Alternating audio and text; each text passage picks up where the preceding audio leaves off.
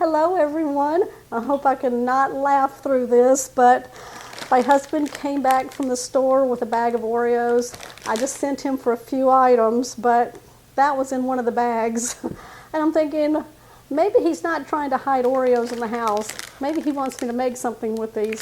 So we're gonna go with that. I have a recipe called Oreo Cobbler. I think he'll like that, don't you? I'm gonna make this for everyone. I love fruit cobblers, love to make them because they're so easy to make and so delicious and they go quick. Well, an Oreo cobbler is almost as easy, so here we go. First thing we're gonna do is prepare our baking dish.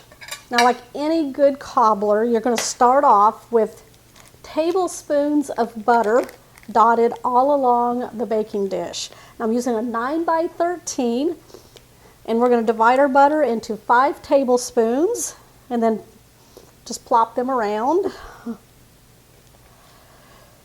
Now, in the meantime, go ahead and start preheating your oven to 350 degrees.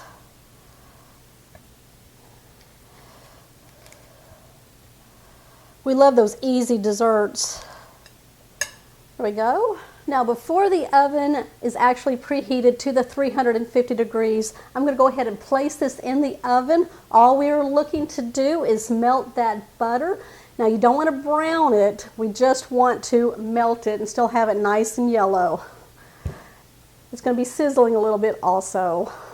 He is like working out in the yard right now with Joseph, who's over there opening the garage right now, but hopefully they'll like this Oreo cobbler.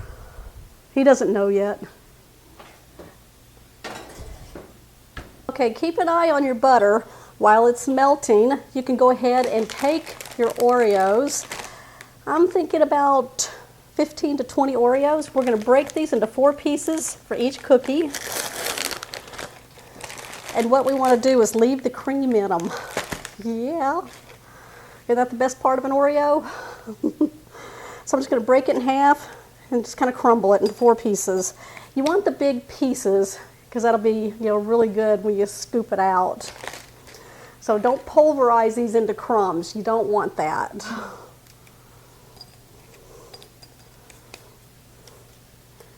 Now I'm just using the regular Oreos. That's what he came home with. I don't even think I was keeping track of how many I did. We're going to say that was about 4, 5. Now my oven just beeped, which means it's preheated to the 350 degrees. And the butter has melted, so I'm going to go ahead and pull that out and then finish doing the cookies here. Y'all, honestly, I've lost track. I don't think it's going to matter, as long as you have enough for a single layer.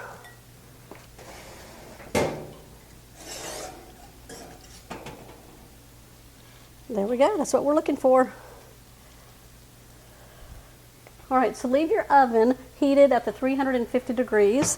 What we're going to do is place our broken up Oreos on top of the butter in a single layer.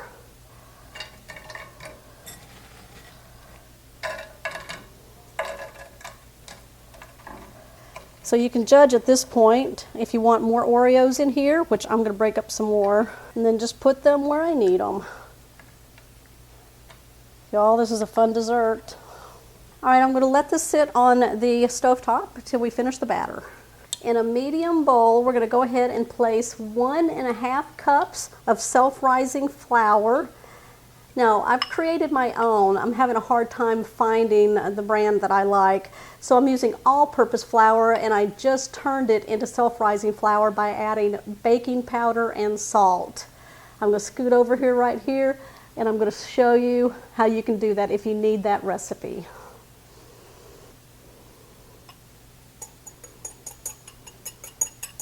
Just used a whisk to kind of aerate the flour. We're going to add 1 cup of white granulated sugar.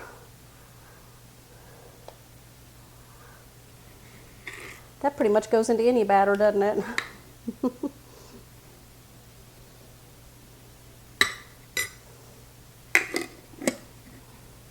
We're going to add 1 teaspoon of vanilla extract, 3/4 cup of milk.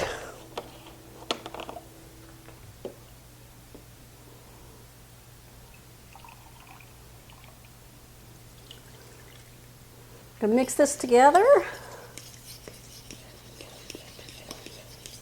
until we get a batter. So you just want to combine, you don't want to overmix. Okay, let's bring over our baking dish that has the melted butter and Oreos in it. We're going to take our batter and we're going to spoon it all over the Oreos.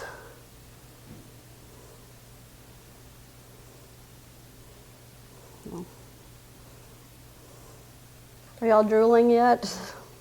I know I am.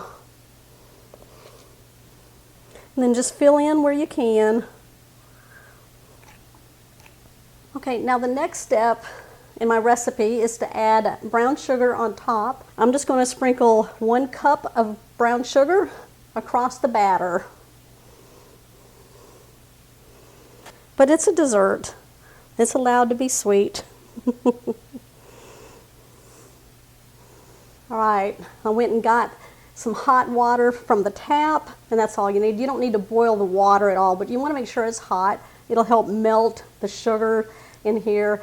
I've got 1.5 cups, and we're going to pour it right over the brown sugar, over the whole dish.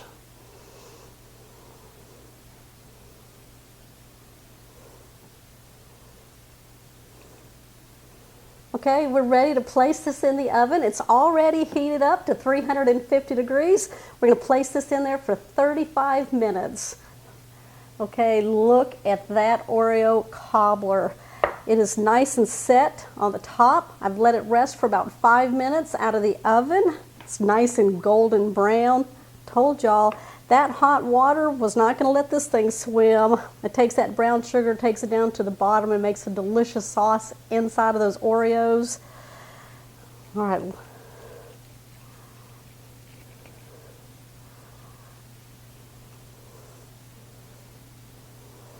Oh, look at that.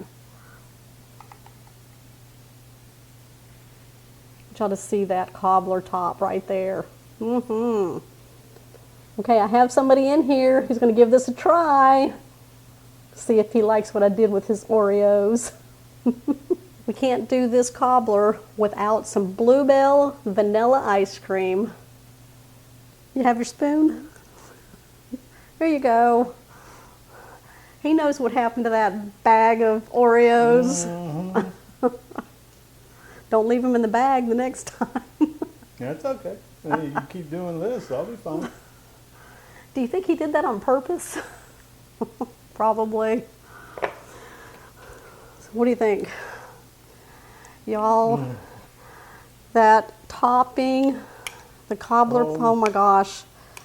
It is almost like a cake consistency. Oh my God, that is so freaking, give me that. That's okay, I got this one here. Yeah, no ice cream for you. Oh, oops.